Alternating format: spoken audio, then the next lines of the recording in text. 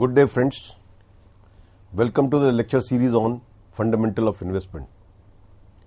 In the subject of Fundamental of Investment, in my previous lecture, I was talking about fixed income securities.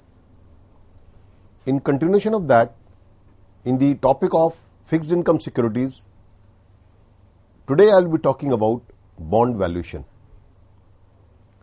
Friends, whenever we are talking of bond valuation, how do we value the bonds? Bonds on debentures, more or less, in India, we use these two terms interchangeably. That is, how do we value the fixed income securities with specific reference to the debentures or bonds? Like equity shares, this financial asset is also being valued on the basis of the discounted cash flow techniques or discounted cash flow method. What does the discounted cash flow method means?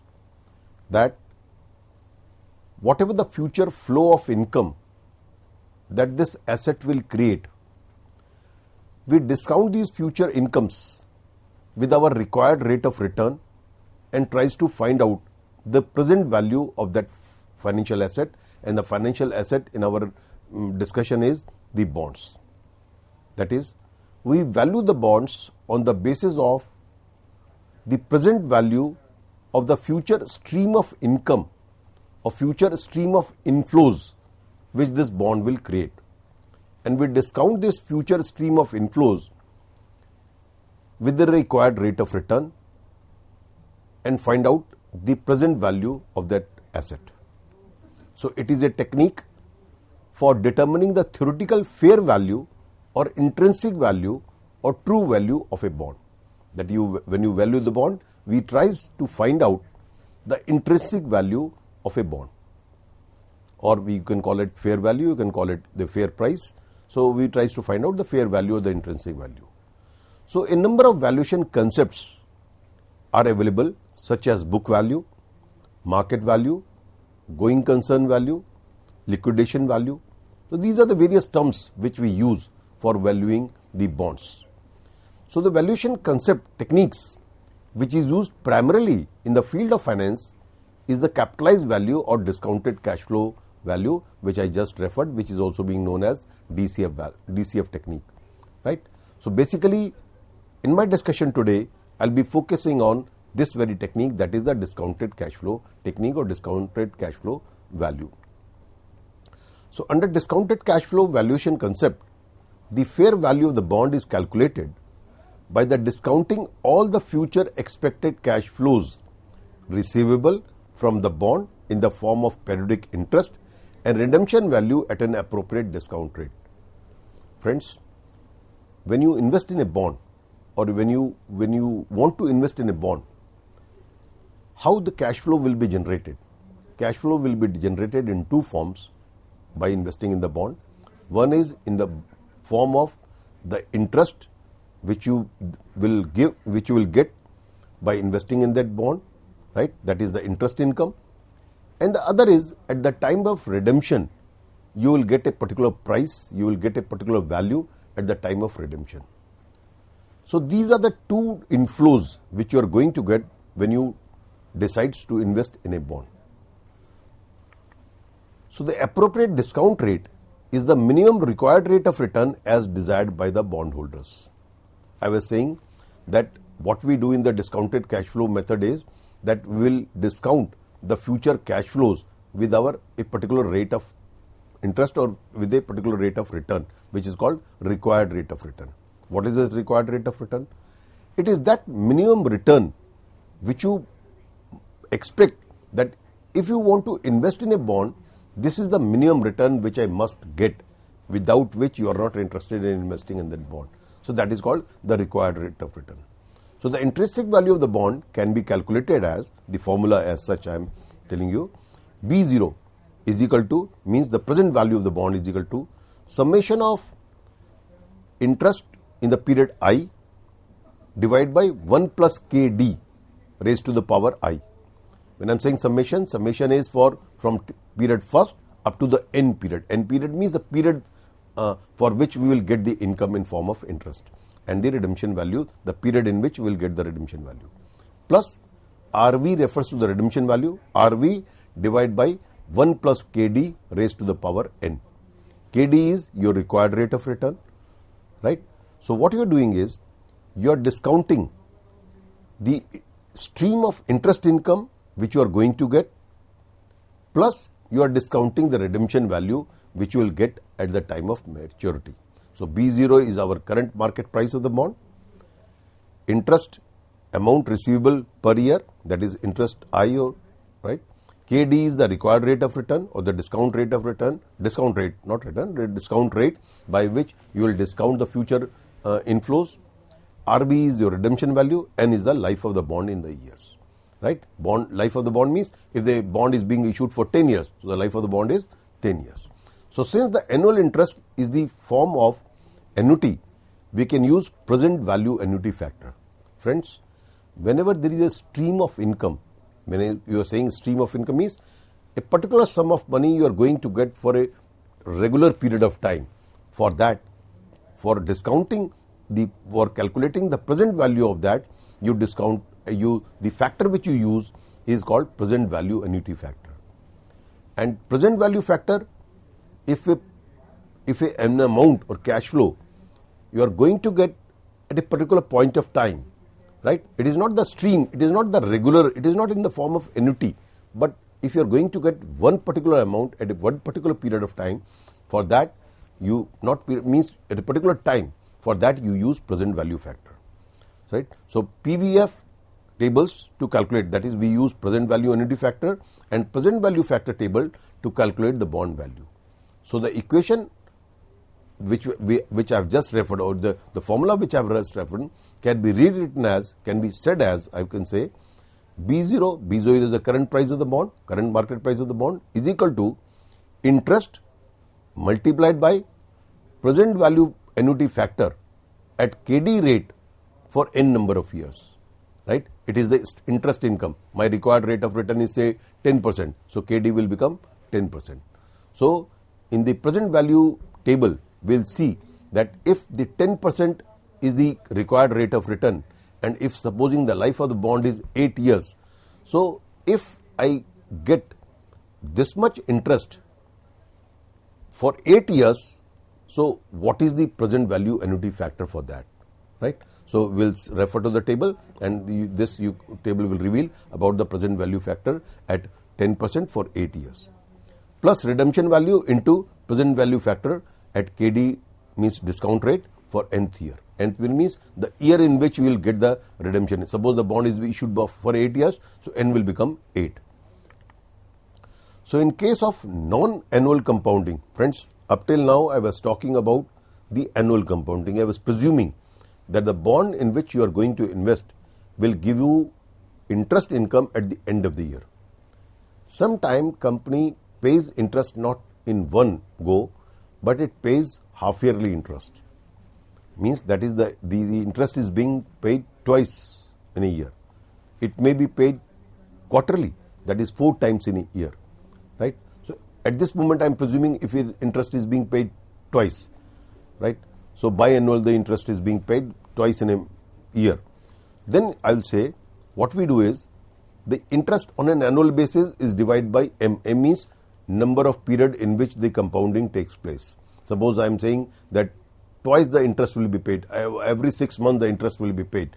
So the annual interest, the interest divided by M. M means number of compounding periods in a year. So since here you are compounding 2 times, so I will say interest divided by 2. If it is being paid 4 times, I will say interest divided by 4. Which interest I am talking to? I am referring to interest which is being paid on an annual basis. So if I say on a 1000 rupees bond, the 10% is the coupon rate of interest. So interest becomes on a 1000 bond, 10% means 100 rupees. And if the interest is being paid quarterly, it means 4 times interest will be paid. Every quarter, at the end of every quarter, 25 rupees will be paid. So I will say 1000 divided by 4. Anyway, so I am saying if the non-annual compounding interest, the formula is B0 is equal to interest divided by M into present value any factor at KD rate divided by M. KD means our required rate of return is say 10%.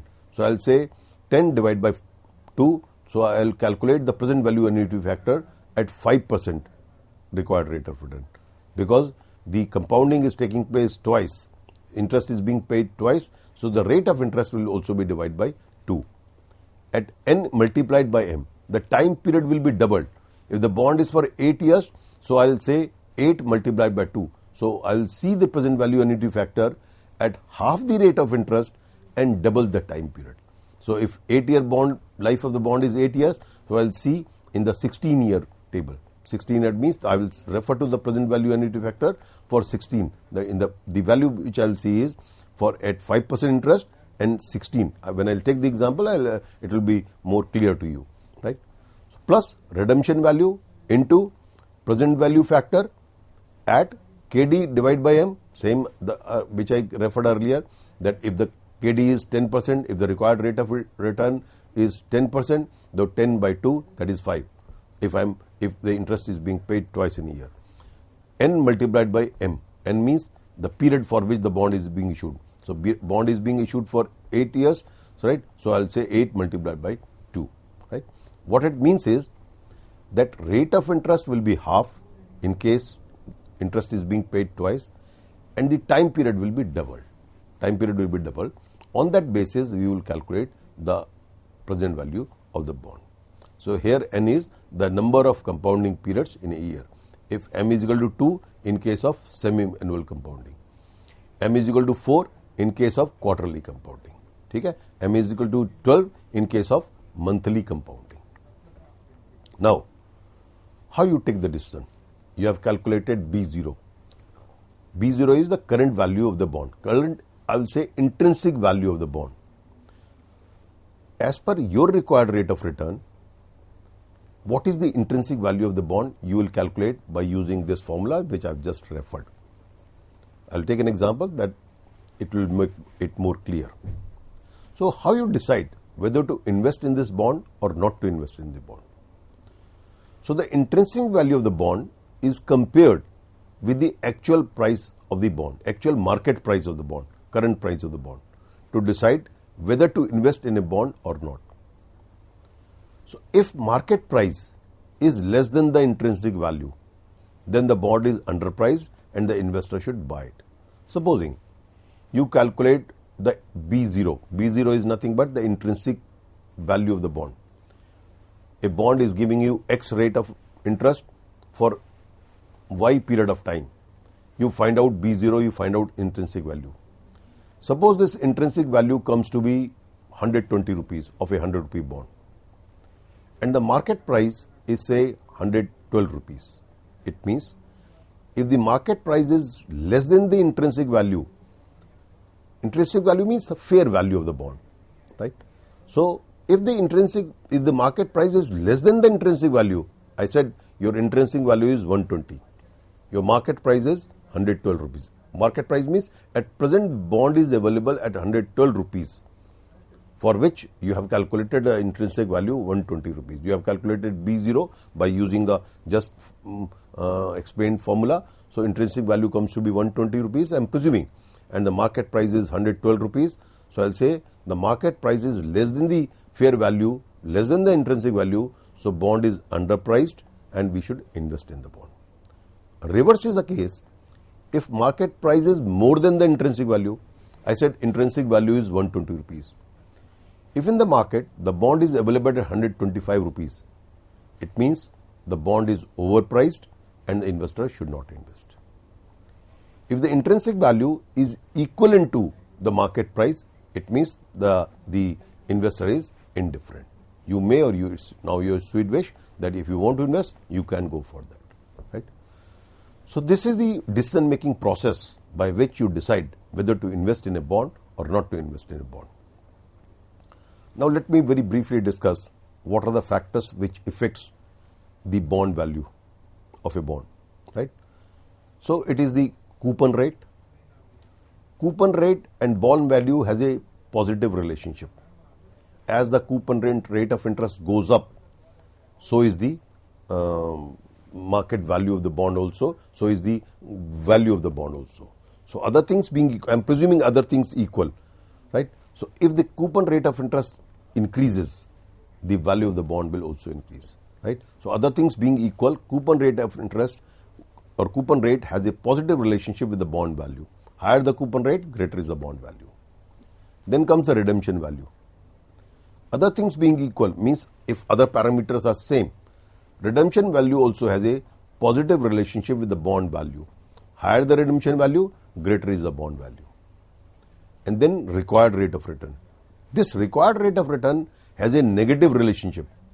If your required rate of return is high, right? If the required rate of return increases, the bond value decreases. Because what you are going to do, you are going to discount the future income, which is predetermined, which is that coupon rate. So if your required rate of return increases, right? So it has a negative relationship. As the required rate of return increases, the value of the bond decreases. Similarly, the years to maturity, it has a positive relationship with the bond value. The longer the time to maturity, the greater will be the bond value, other things being equal, right? And frequency of the interest payment, it has also a negative relationship with the bond value. Higher the frequency of the interest payment, the more will be the number of compounding, and hence the lower will be the bond value, other things being equal. So these are the factors on the basis of which, or which affects, I would say, not basis, which affects the valuation of the bond, right? Now let's take an example and tries to understand how we calculate the intrinsic value of the bond. I am taking a very simplistic example to start with. 8% bond means bond which has a coupon rate of interest of 8%. 8% bond has a face value of rupees 1000 and matures in 10 years. Means maturity period is 10 years, the face value is 1000 rupees and the coupon rate of interest is 8%. Find the value of the bond if the required rate of return is 9%. An investor wants that I will be investing in a bond which gives me 9% return. So what is the fair price? What is the intrinsic value of this bond which gives you coupon rate of 8%? Since your required rate of interest is 9%, right? So it means certainly you are not going to buy this bond at 1000 rupees, you are going to buy this bond at less than 1000 rupees. Because this bond is going to give you 8% and you want that I would make only in that investment in that bond which gives me 9% return, right? So you are ready to buy this bond, or you may buy this bond if the value of the bond is 1000, less than 1000 rupees. Then only it will give you 9% interest or 9% return. So how do you solve this? So interest here is 80 rupees on a 1000 rupee bond, 8% comes to be 80 rupees.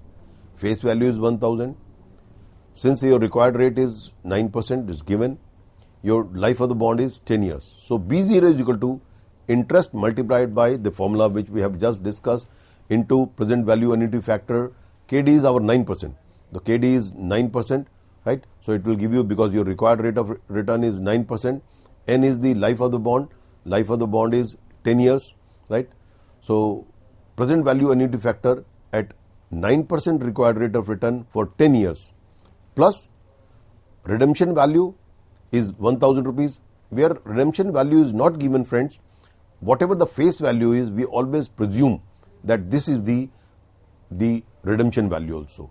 Sometime the redemption value may be different than the face value. So in that case, it is always be given in your question. If you are being asked, if you are in an examination like situation, if you are trying to find out a value, right? In that case, what is the redemption value that will be given? If nothing is being given, we always presume that the face value is equivalent to redemption value, right? So this then redemption value 1000 rupees into present value factor at 9% interest for 10 years. So the friends, this is not 10%, this is 9% because the required rate of return is 9%. So if you apply this, so 80, the present value annuity factor, if you refer to the present value table, right? So in all books, it is given at the end of your books, or in the Excel sheet, you can find out the present value factor at a particular, with the help of, if you use Excel, right, then in the computers, you can find out these values. So the present value annuity factor for 9% interest for 10 years is 6.418. So 80 multiplied by 6.4818 plus 1000 is the redemption value into present value factor. That is at the end of the 10th year, you are going to get your redemption value 1000 rupees. So what is the present value? If you are going to get 1 rupee at the end of 10 year, and if your rate of interest is 9%, the value is 0.422. But you are going to get 1000 rupees. So 1000 multiplied by 0.422, right? So this will be the B0 or in the intrinsic value. This value comes to be 513.44 plus 422.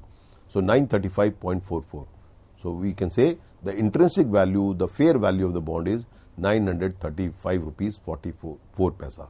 Or you may say that if the required rate of return of the investor is 9% and a bond having a face value of 1000 rupees, right, and the coupon rate is 8%, so then in that case investor will be ready to buy this bond for 935 rupees, right, 44 paisa, right. So this is the way you calculate the intrinsic value. Let's take one more example in order to understand how we find out. The following information is available in respect of a bond.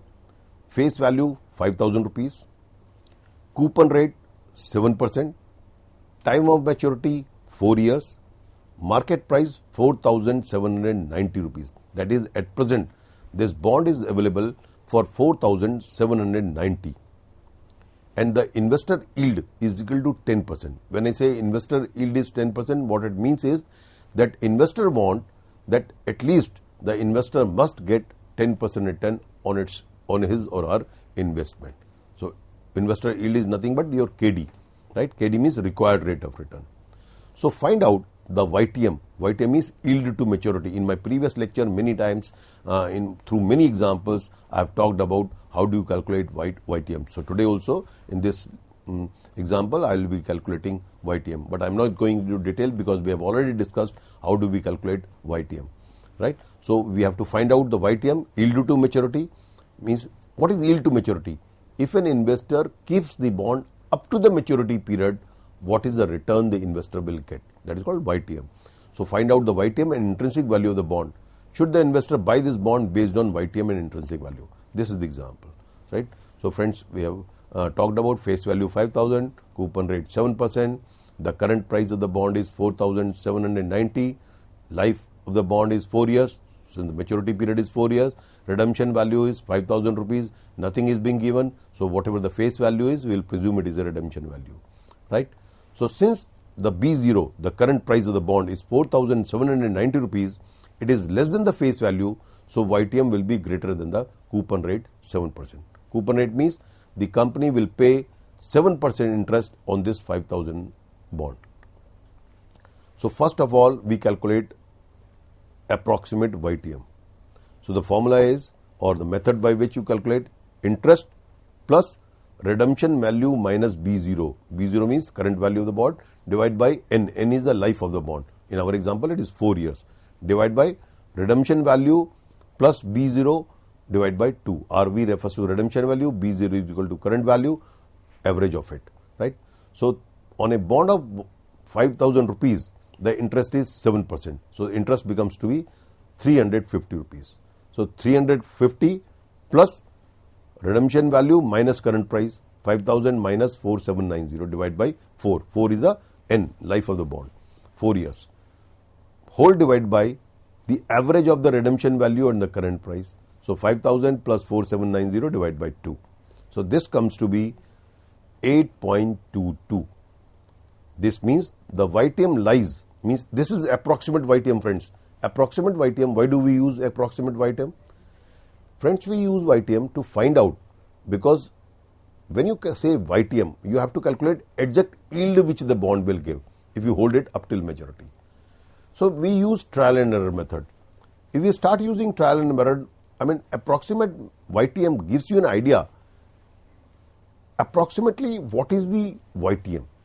So since approximate YTM comes to be 8.22, it means somewhere between 8% and 9% YTM will lie. So what I'll do, I'll try with 8%, then I'll try with 9% and tries to find out. It may be very close to 8.22 itself. So when I discounted the future income with 8%, so interest into present value factor, annuity factor at 8% for 4 years, plus redemption value into present value factor, not annuity factor, factor. Why you use present value factor? Because 1,000 rupees you are going to receive only once, that is at the end of the 4th year. So present value factor at 8%, the YTM, we are trying at 8% for 4th year, not for 4th year, right? So this value comes to be 350 rupees multiplied by 3.312, right? So 350 rupees is nothing but your interest, which the bond will give you at 7% interest on a 5,000 rupees bond. So the present value annuity factor is 3.312. So 350 multiplied by the 3.312 plus your redemption value 5,000 multiplied by present value factor 0.735. So 5,000 multiplied by 0.735. So this gives you the value equivalent to 4,834.2. So if you discount the future income with the help of this formula or with the help of the present value annuity factor and present value factor, the value which you get is 4834. What is the current price? 4790. The bond is available at 4,790. So whenever the B0 is greater than this, it means we have to discount at a higher rate. Then we will try with the 9%. The way I have calculated at 8%, exactly in the same manner I will be calculating by 9%. Right? So interest multiplied by PVAF at 9% for 4 years plus redemption value into present value factor at 9% for 4th year. So this comes to be 1134 plus 3540.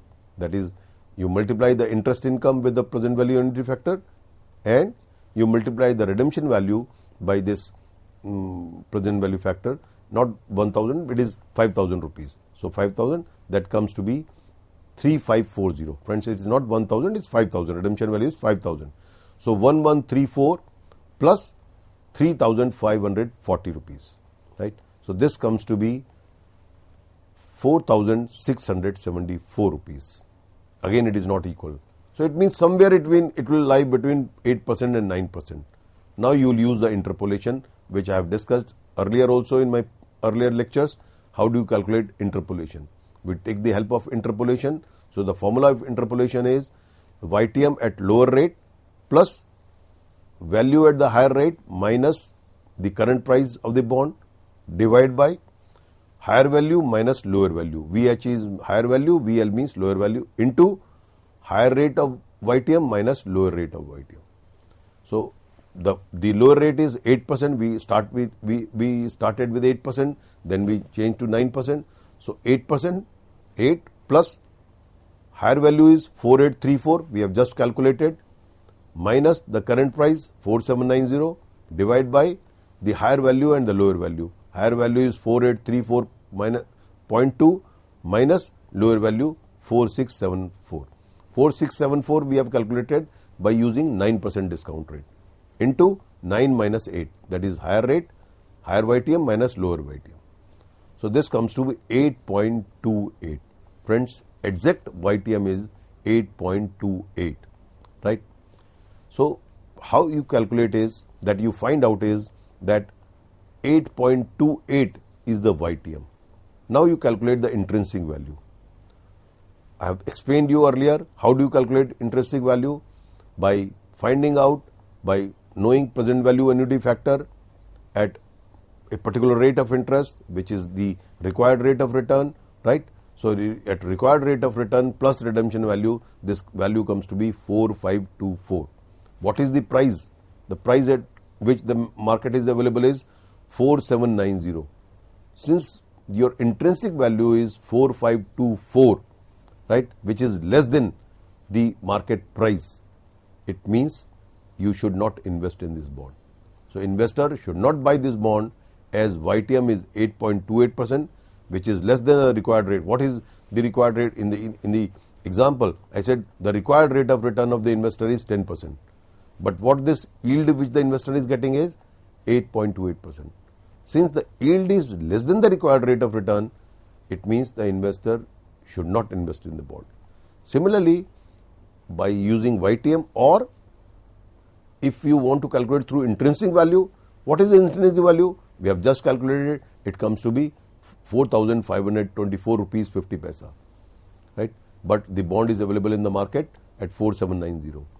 So since the market price is higher than the fair value of the bond, nobody should invest. Means people should not, a rational investor should not invest in a bond which is having a intrinsic value lower than the intrinsic value lower than the fair price. Sorry, intrinsic value is lower as compared to the market price. You should not invest, right?